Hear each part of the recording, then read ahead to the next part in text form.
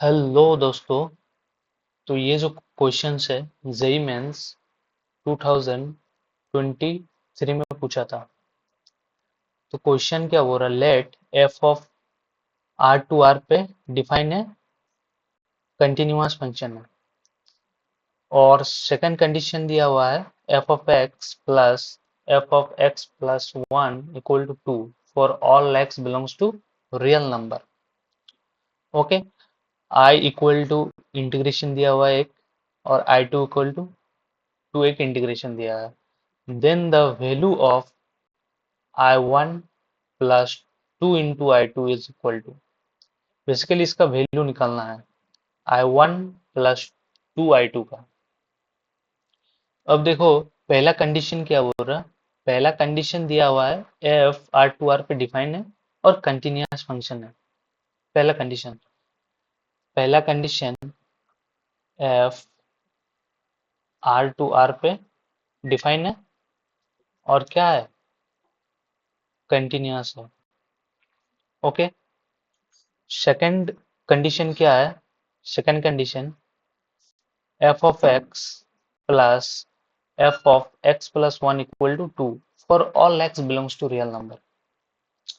ठीक है, तो F of X plus one equal to two for all X belongs to real number. ये पहला कंडीशन हुआ और ये दूसरा कंडीशन हुआ। अगर हम लोग काउंटर एग्जांपल लेके इन दो कंडीशन को सेटिस्फाइड करा देते हैं तो हम लोगों का काम हो जाएगा। ओके, सीधी सी बात है। हम लोग लेट कर लेते हैं, एक फंक्शन ऐसा ले लेते हैं जो इन दोनों को इक्वेशन को सेटिस्फाइड करे। Let F of X equal to one. ठीक है, for all X belongs to real number. For all X belongs to real number इसीलिए लिखें क्योंकि F of X equal to one. One क्या है, कांस्टेंट है, कांस्टेंट फंक्शन है। तो कांस्टेंट फंक्शन क्या होता है, कंटिन्यूअस होता है। ठीक है, ये हुआ पहला कंडीशन। और दूसरा कंडीशन क्या है, F of X plus one equal to two होना चाहिए। ठीक है, तो अब हम लोग चेक कर लेते हैं F of X equal to क्या है, वन। अगर हम लोग F of X plus one की वैल्यू निकालें तो क्या होगा, ये भी वन होगा। ठीक है, वन होगा क्योंकि एफ ऑफ एक्स क्या है, कांस्टेंट फंक्शन है। ये भी क्या होगा, for all X belongs to real number. Okay, ये रियल नंबर है। तो क्या करेंगे, इन दोनों इक्वेशन को सेटिस्फाइड कर दिया तो हम लोग अभी डायरेक्ट ये लिख सकते हैं I1 इक्वल टू क्या है, 0 to 8 F of x D x. अब देखो, एफ ऑफ एक्स के बदले में क्या लिख सकते हैं, वन लिख सकते हैं क्योंकि हम लोग एक काउंटर एग्जांपल दिए हैं। तो one D X equal to क्या होगा, इसका इंटीग्रेशन क्या होगा, 8 होगा।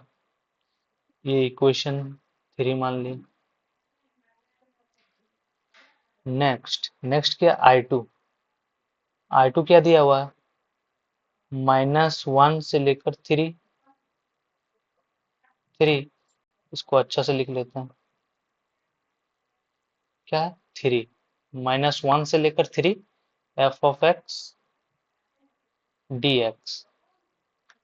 तो -1 से लेकर थ्री एफ ऑफ एक्स के बदले में वन डी एक्स।